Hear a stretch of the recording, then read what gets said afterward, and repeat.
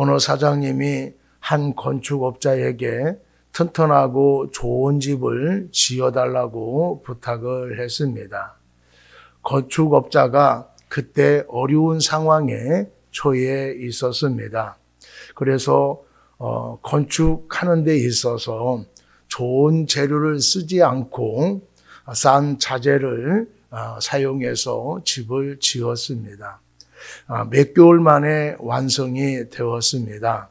의리한 사장님이 건축업자에게 예전에 도움받은 것이 너무나 고마워서 당신을 위해서 건축한 집입니다. 이 집은 당신의 것입니다. 라고 했습니다. 건축업자는 그때 후회를 했습니다. 이럴 줄 알았으면 좋은 자재를 사용해서 집을 지을 걸. 이제 와서 후회한들 무슨 소용이 있겠습니까? 평소에 잘해야 합니다. 여유가 있던 어려운 상황이든 정직하게 살아야 합니다. 누구든지 자신이 행한 대로 보응을 받을 수밖에 없습니다. 오늘 본문에 보게 되어지면은 하나님께 부름을 받은 예후가 사명을 완수해 가는 내용이 기록되어 있습니다. 그의 사명은 사람을 세우고 새롭게 하는 사명이 아니라 사람을 죽이는 사명이었습니다. 아합의 집을 완전히 진멸하라는 잔인한 사명을 받았습니다. 하나님은 왜 이런 끔찍한 사명을 예후에게 주셨을까요? 아합과 이세벨은 자신들만 우상을 섬기지 않고 백성들에게 하나님을 믿지 말고 바알을 섬기라는 정책을 펼쳤습니다. 반대하는 제사장 또 선지자들을 닥치는 대로 죽였습니다. 그뿐만 아니라 아합이 왕궁 앞에 있는 포도원을 사서 넓히려고 했는데 나봇이 팔지 않겠다라고 했습니다. 아합이 상심해하는 것을 보고 이세벨이 나봇을 모함하여 죽게 만들어서 그의 포도원을 빼앗아 아합에게 주었습니다. 하나님이 아합이 저지른 죄를 징계하시겠다라고 말씀을 하셨습니다. 이 예언을 성취하기 위해서 예후를 부르신 것입니다. 오늘 본문을 보면은 하나님의 말씀이 그대로 이루어지는 것을 볼 수가 있습니다. 아합의 자손과 왕후 이세벨이 죽음을 맞이했고 북이스라엘과 동맹을 맺고 그들을 따라 죄를 지은 유다 왕 아하시야도 같이 죽음을 당했습니다. 행한 대로 내게 갚으리라 라는 제목으로 하나님의 말씀을 증거하겠습니다. 오늘 첫 번째로 사명을 감당할 기회를 주십니다. 예후는 하나님으로부터 이스라엘 왕으로 기름을 부음을 받고 난 이후에 망설이지 아니하고 요람을 칠 준비를 했습니다. 때마침 요람이 시리아의 하사엘과 싸우다가 부상을 당해서 치료하기 위해서 이스라엘에 갔다는 말을 들었습니다. 예후가 장관들에게 이 사실을 왕에게 알리면 안 된다라고 당부하면서 이스라엘로 갔습니다. 이스라엘 망대 위에 있는 파수꾼이 예후의 군대가 오는 것을 보고 군대가 오고 있다라고 보고를 했습니다. 왕이 기마병을 보내서 평안하냐고 물었습니다. 예후가 평안한 소식인지 아닌지 너와 무슨 상관이 있느냐 하면서 살고 싶으면은 내 뒤를 따르라고 이야기를 했습니다. 왕은 살피러 간 기마병이 돌아오지 않자 이번에 또 사람을 보내서 평안하냐고 물었습니다. 예후는 이들에게도 똑같이 이야기를 했습니다. 요람이 사람을 보내어 여러 차례 예후에게 평안하냐고 묻고 있습니다. 이번에는 요람이 직접 와서 예후에게 평안하냐고 물었습니다. 왕은 평안을 누릴 수 있는 재물과 권력을 가지고 있습니다. 그런데도 계속 평안하냐고 묻고 있습니다. 예후가 왕에게 내 어머니 이세벨의 음행과 술수가 이렇게 많으니 어찌 평안이 있으랴라고 하면서 화를 쏘아서 요람을 죽였습니다. 이런 걸 보면은 악인에게는 진정한 평안이 없고 파멸만 기다리고 있다라는 것을 알 수가 있습니다. 좋은 소식을 듣고 내 편이 있고 많은 것을 가지고 있어야만이 평안해지는 것이 아닙니다. 하나님이 기뻐하는 삶을 살 때에 평안해질 수가 있습니다. 하나님과 함께 할 때에 평안해질 수가 있습니다. 요한복음 14장 27절에 보면은 나의 평안을 너희에게 주노라. 내가 너희에게 주는 것은 세상이 주는 것과 같지 않다라고 말씀을 하셨습니다.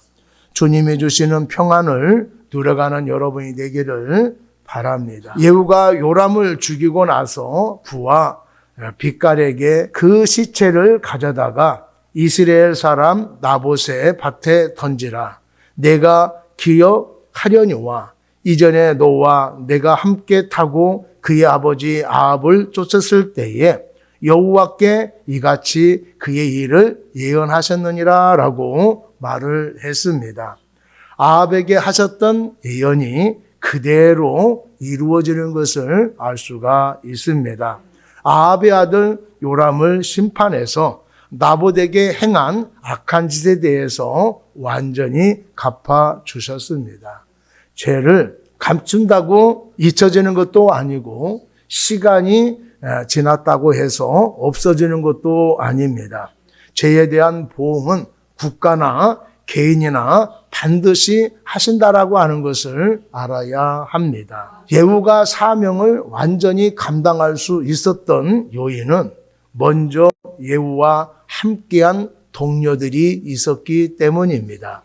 예후가 반역을 하라는 사실을 한 사람이라고 반대를 해서 요람에게 알려주었다고 하면은 성공하지 못했을 것입니다. 그리고 하나님은 예후가 사명을 감당할 수 있도록 여건을 만들어 주셨습니다. 요람이 건강하고 막강한 군사를 거느리고 있었다고 하면은 반역에 성공하지 못했을 것입니다. 요람이 부상당한 상황이 예후가 반역을 성공할 수 있었던 중요한 요인으로 작용을 했습니다. 이렇게 하나님께서 사명자가 일을 잘 감당할 수 있도록 동역자를 붙여줄 뿐만 아니라 기회를 만들어 주신다라는 것을 알 수가 있습니다. 여러분, 바울을 한번 생각해 보시기를 바랍니다. 다메섹 도상에서 부활의 예수님을 만났습니다. 자신이 핍박했던 예수가 하나님의 아들이었다는 사실에 큰 충격을 받습니다. 하나님을 지금까지 대적을 했는데 살아 있습니다. 그것보다도 더 감사한 것은 죽어 마땅할 자신을 살려줄 뿐만 아니라 이방인의 사도로 부름을 받았다라고 하는 사실이었습니다. 거리에 나가서 예수님이 하나님의 아들이라고 증거를 했는데 아무도 그의 말에 귀를 기울이지 않았습니다. 그런데 딱 한 사람, 바나바라고 하는 사람이 이 바울의 모습을 눈여겨보았습니다. 그리고 사도들에게 소개해 주었습니다.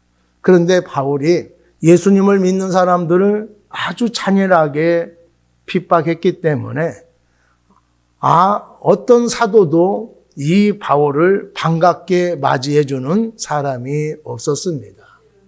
거리에 나가서 복음을 증거해도 아무도 듣는 사람이 없고 또 사도들도 자신들을 인정해주지 않아서 고향집에 가서 침거를 했습니다.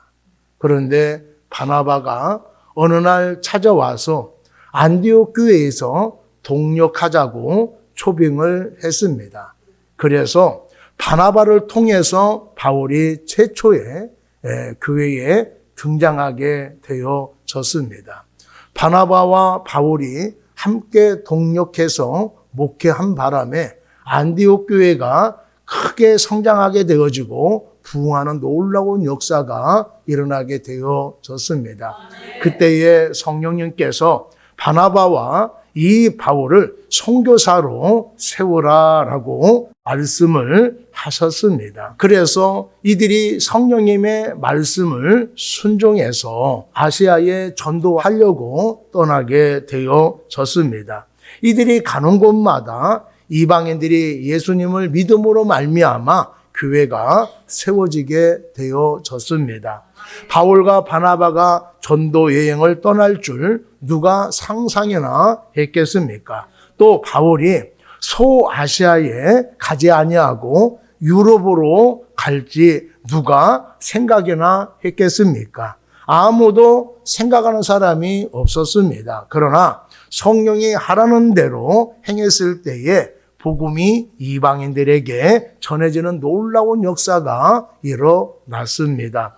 아무도 생각하지 못했지만은 믿음으로 행했을 때에 하나님이 만들어 놓은 기회를 잡아서 사명을 성취해 가는 것을 볼 수가 있습니다. 만약 예후가 망설여서 시간을 끌었다고 한다면은 요람이 눈치채서 사명을 완수하지는 못했을 것입니다. 또 사명을 완수해 가는데 힘들어졌을 것입니다. 그러나 기회를 얻자 신속하게 행동해서 성공시킬 수가 있었습니다. 우리들도 하나님께 사명을 받았을 때에 지체하지 말고 그 즉시 행동으로 옮겨야 합니다. 사명을 효과적으로 완수하기 위해서 치밀한 계획을 세워야 합니다. 우리가 계획을 세웠다고 한다면은 망설이지 말고 행동으로 옮겨야 할 것입니다. 하나님이 맡겨진 사명을 수행하는 일에 있어서 잠시도 지체해서는 안 됩니다. 우리들도 하나님의 일을 감당을 할 때에 움츠려 들거나 망설이지 마십시오. 우리가 하나님께 부름을 받고 사명자로 세움을 받았는데 나 같은 사람이 그런 엄청난 일을 할 수 있을까? 아무리 생각해봐도 해내지 못할 것 같아서 거부하는 사람도 있습니다.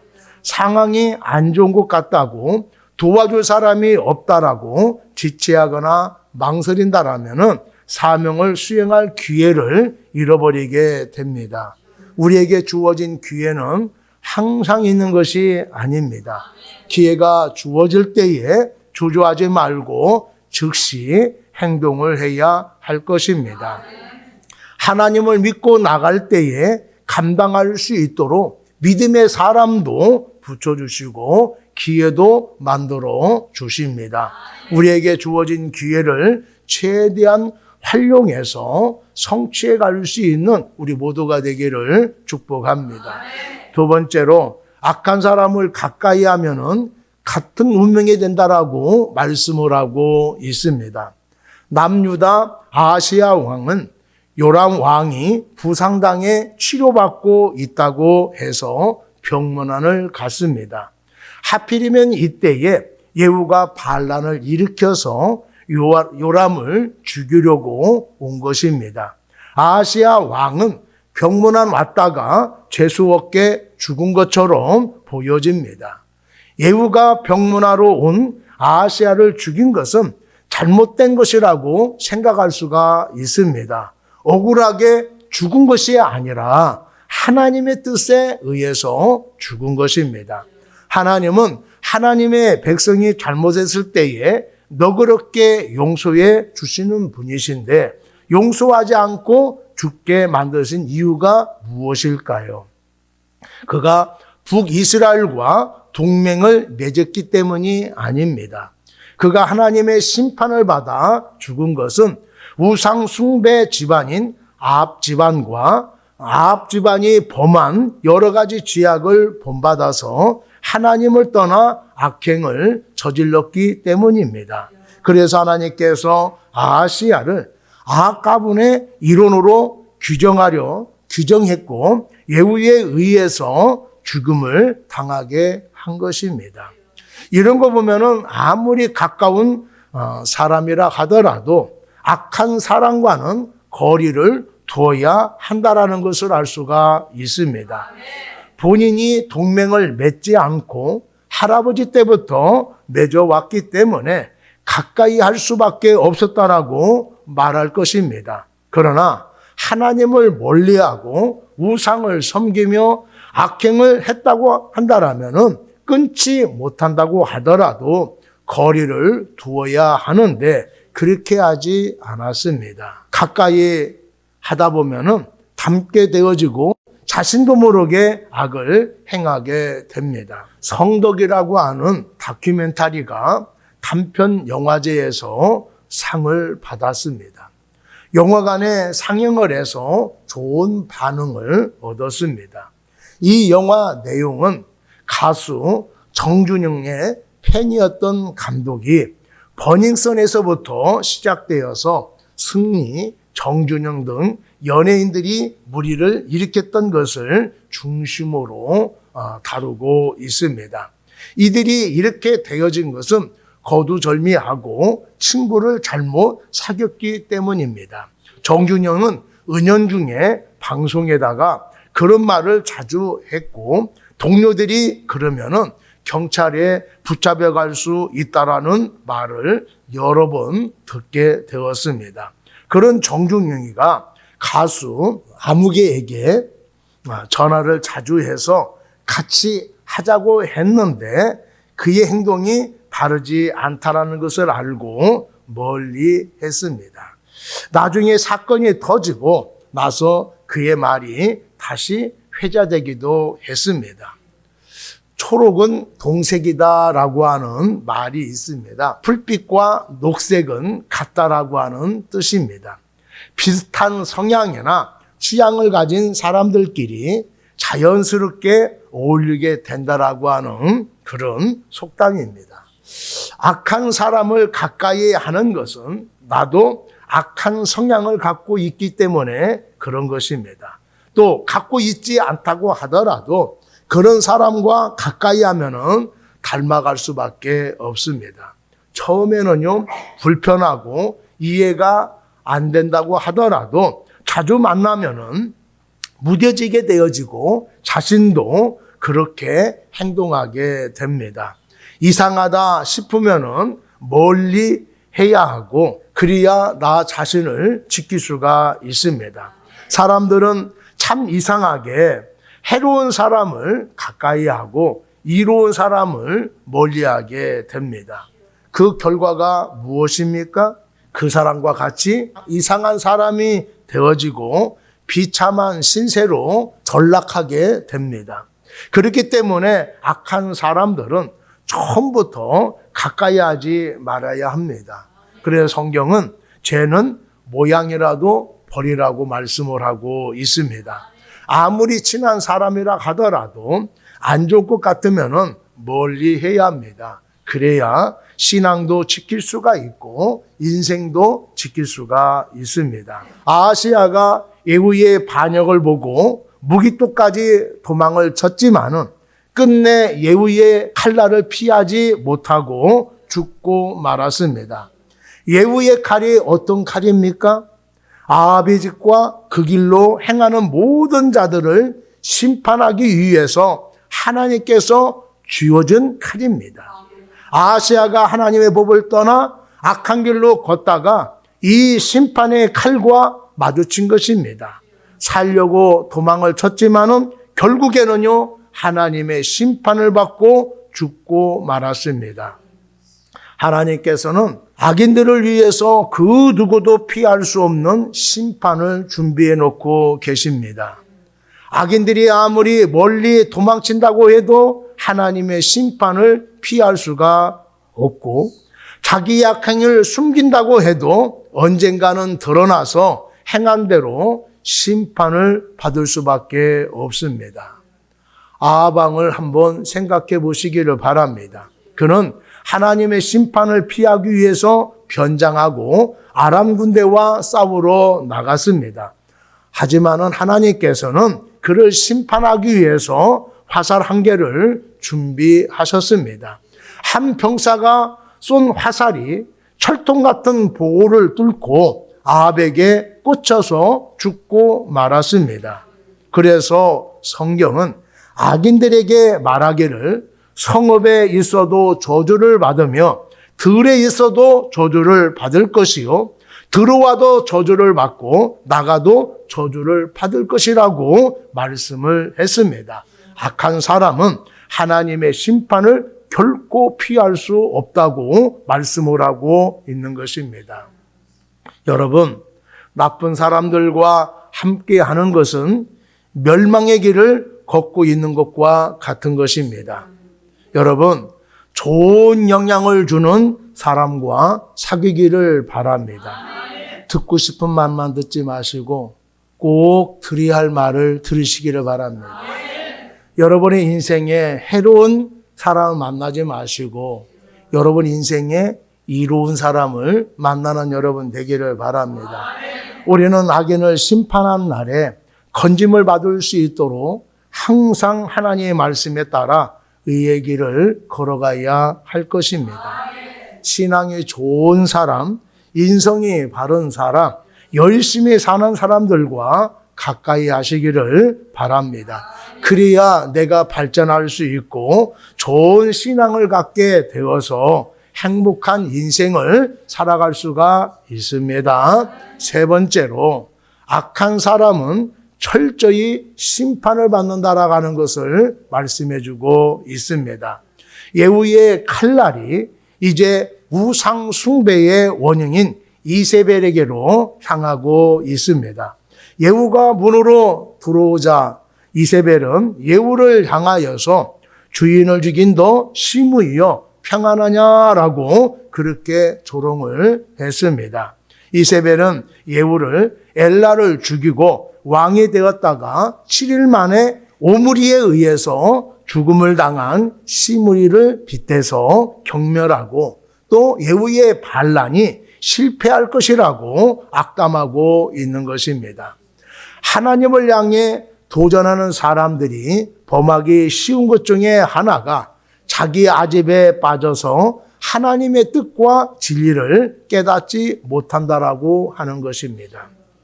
이세벨은 북이스라엘의 왕비였고 태우로서 많은 신하들을 거느리고 있었습니다. 그런데 이세벨은 자기의 신하에게 배신을 당해서 창물에 던져져서 비참한 최후를 맞이하게 되었습니다. 그리고 악인 중에 악인으로 오늘날까지 그 이름이 불리워지고 있습니다. 한나라의 왕비였고 또 한나라의 왕비가 왜 이토록 비참한 최후를 맞이하게 되었을까요? 사람들은 이름이 좋아야 존경받고 성공한다라고 말합니다. 그러면 이세벨은 이름이 나빠서 비참한 죽음을 당하게 되어진 것일까요? 그렇지 않습니다. 이세벨이라고 하는 이름의 뜻은 고귀하다라고 하는 뜻을 가지고 있습니다. 이름대로 고귀하게 살지 못하고 악한 짓을 많이 해서 죽음을 당하게 되어졌고 악한 짓을 많이 해서 악한 사람으로 불려지게 된 것입니다. 예수님을 판 유다도 그의 이름이 찬양하다라고 하는 뜻을 가지고 있습니다. 부모님이 하나님을 찬양하며 살라고 지어진 이름일 것입니다. 그런데 하나님을 찬양할 사람이 하나님을 찬양하지 못하고 하나님을 대적을 한 것입니다. 그리고 찬양받을 이의 아들을 배신하고 말았습니다. 이름값을 하고 살아야 하고 사람처럼 살아야 하는 것입니다. 그러지 못할 때에 이제 어려움을 당하게 되어지고 심판을 받게 된다라고 하는 것을 우리가 기억을 해야 됩니다. 그러면은 재물과 권력이 인생을 결정한다는 사람들의 말처럼 이세벨이 권력과 재물이 없어서 명예가 없어서 비참한 죽음을 당했을까요? 이것도 아닙니다. 이세벨은 아합 왕의 아내였고 많은 재물을 가지고 있었습니다. 북이스라엘의 최고의 전성기가 아합 때였습니다. 나라가 강성했고 그만큼 나라의 재물이 많은 때였어요. 근데도 불구하고 그 권력과 재물이 이세벨을 지켜주지 못했다라고 하는 것입니다. 한강이라는 작가가 한국인 최초로 노벨상을 받는 영광을 얻었습니다. 많은 상금도 받았습니다. 많은 사람들에게 축하를 받게 되어졌고 대한민국의 자랑이라고 여겨지고 있습니다. 그런데 누구보다 축하해야 할 그의 작은아버지는 그에 대해서 혹평을 했습니다. 그의 작은아버지는 대전에서 목회하는 목사님입니다. 그분이 조카 한강의 소설에는 구원이 없고 퇴폐적이라고 했습니다. 한강이 노벨상이라는 큰 영광을 얻었다고 하더라도 그의 소설로 한 사람도 구원시키지 못하고 그도 하나님을 믿지 않기 때문에 구원받지 못할 것이라고 이야기를 했습니다. 여러분, 높은 지위나 많은 재물로 또 지식과 공로로 심판을 면할 수 없는 것입니다. 이세벨이 왕비여서 막강한 권력을 가지고 있었고 재물도 많았는데 하나님의 심판을 받고 악인의 꼬리피를 달게 된 이유가 무엇일까요? 먼저는 바알을 섬기도록 장려했기 때문입니다. 이세벨은 자신이 믿는 신 바알을 이스라엘 백성들이 섬기도록 장려를 했습니다. 반대하는 제사장들을 죽였습니다. 여호와 신앙을 말살하려고 했던 것입니다. 하나님을 안 믿더라도 하나님을 대적하면은 안 됩니다. 나는 안 믿으니까 아무렇게 해도 상관이 없어. 많은 사람들이 그렇게 생각을 하는데 그렇지가 않습니다. 하나님을 싫어하는 것을 하지도 말아야 하지만은 그것을 하도록 장려하면은 절대로 안 되는 것입니다. 그뿐만 아니라 이세벨이 이렇게 끔찍한 죽음을 맞이한 것은 악하게 살았기 때문에 그렇습니다. 아합이 나봇의 포도원을 사서 궁전을 넓히려고 했는데 나봇이 물려준 기업이라고 돈을 아무리 많이 준다 하더라도 또 이보다 더 좋은 땅을 다른 곳에 준다 하더라도 나는 절대로 팔 수 없습니다라고 그렇게 이야기를 했어요. 그래서 아합이 상심함에 빠지게 되어지자 이세벨이 왕을 즐겁게 하기 위해서 나봇이 왕을 싫어한다라는 거짓 증거를 세워서 죽게 만들었습니다. 그래서 나봇의 포도원을 빼앗아서 왕에게 주었습니다. 욕심 때문에 권력을 이용해서 선량한 백성을 모함하여 죽게 만드는 것입니다. 권력자든 평범한 사람이든 사람은 악하게 살면 안 되는 것입니다. 사람의 행동을 보면은 잔잘못을 떠나서 그렇게까지 할 필요가 있을까라는 생각을 들 때가 있어요. 나한테 잘못을 했거나 막대한 손해를 입혀서 화가 나서 짓궂게 할 수 있어요. 근데 나를 모욕하는 것을 참을 수가 없어서 보복할 수도 있지요. 안 하면은 좋겠지만은 하더라도 적당히 해야 하는 것입니다. 또 어떤 사람은 아무런 잘못도 하지 않았습니다. 자신과 아무런 상관이 없는 사람이에요. 근데도 무참히 폭행한다거나 또 못되게 구는 경우들이 있습니다. 어떻게 사람이 그렇게 할 수 있을까? 굳이 그렇게까지 할 필요가 뭐가 있을까라고 말하는 사람도 있습니다. 도무지 이해하려고 해도 이해가 안 되는 행동을 하는 사람들도 있습니다. 사람은 그렇게 살면은 안 되는 것입니다. 한 번은요, 이런 사연이 올라온 것을 보았어요. 가게에서 피자를 주문해 갔습니다.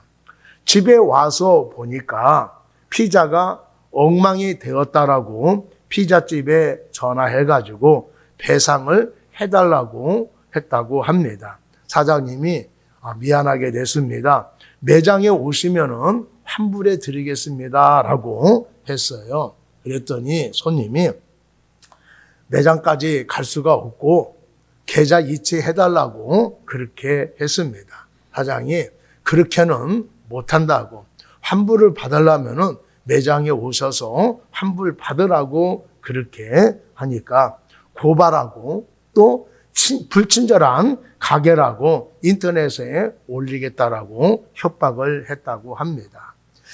하도 기가 막혀갖고 이 사장님이 인터넷에 올리게 되어진 거예요. 많은 사람들이 리플 닫기를 자기가 잘못 가져가고 피자가 엉망이 된 것 같은데 자기가 잘못 가져가서 피자가 엉망이 된 것 같은데 왜 가게에다가 화풀이 하느냐.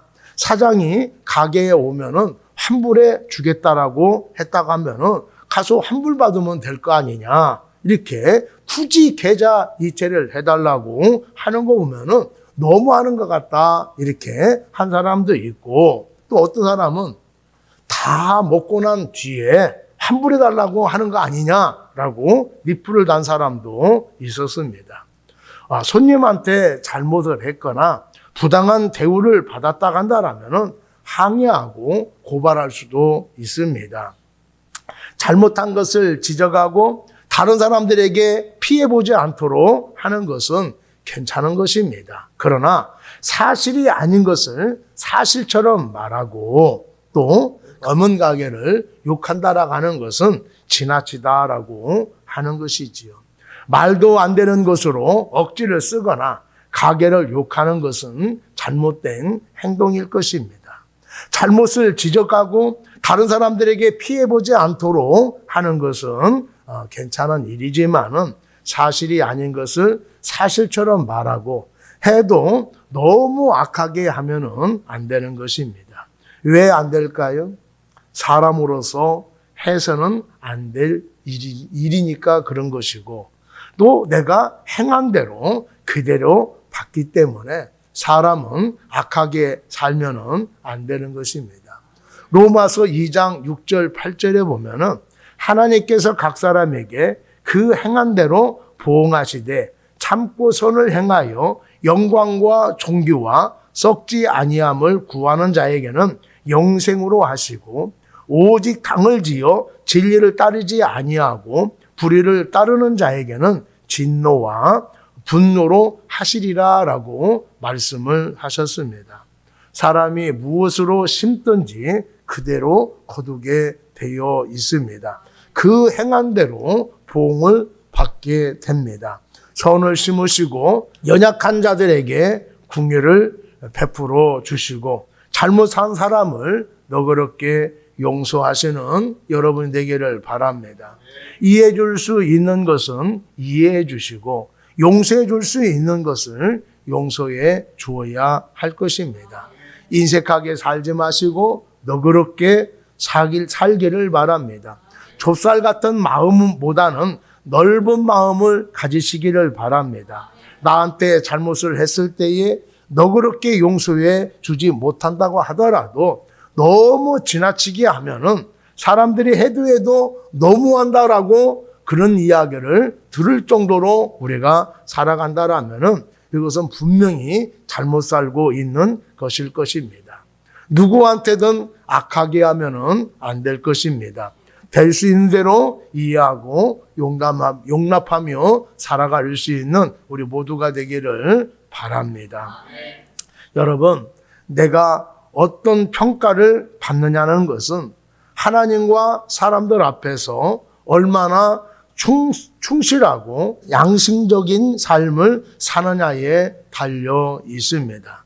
오늘 우리가 충실하지 못하고 눈앞의 이익을 위해 양심과 또 신앙과 양심을 속이고 살아간다고 하면은 현재는 편하고 성공을 거둘 수 있을지는 몰라도 그 성공은 오래가지 못해서 사라지고 말 것입니다. 얼마 못 가서 사람들에게 좋지 않는 사람으로 불려질 것입니다. 그러나 우리가 오늘에 충실하고 이웃을 사랑하며 살아간다라면 인정받고 더 나아가서는 존경받는 사람이 될 것입니다. 하나님을 신실하게 믿고 살아가면은 하나님으로부터 인정받게 될 것입니다.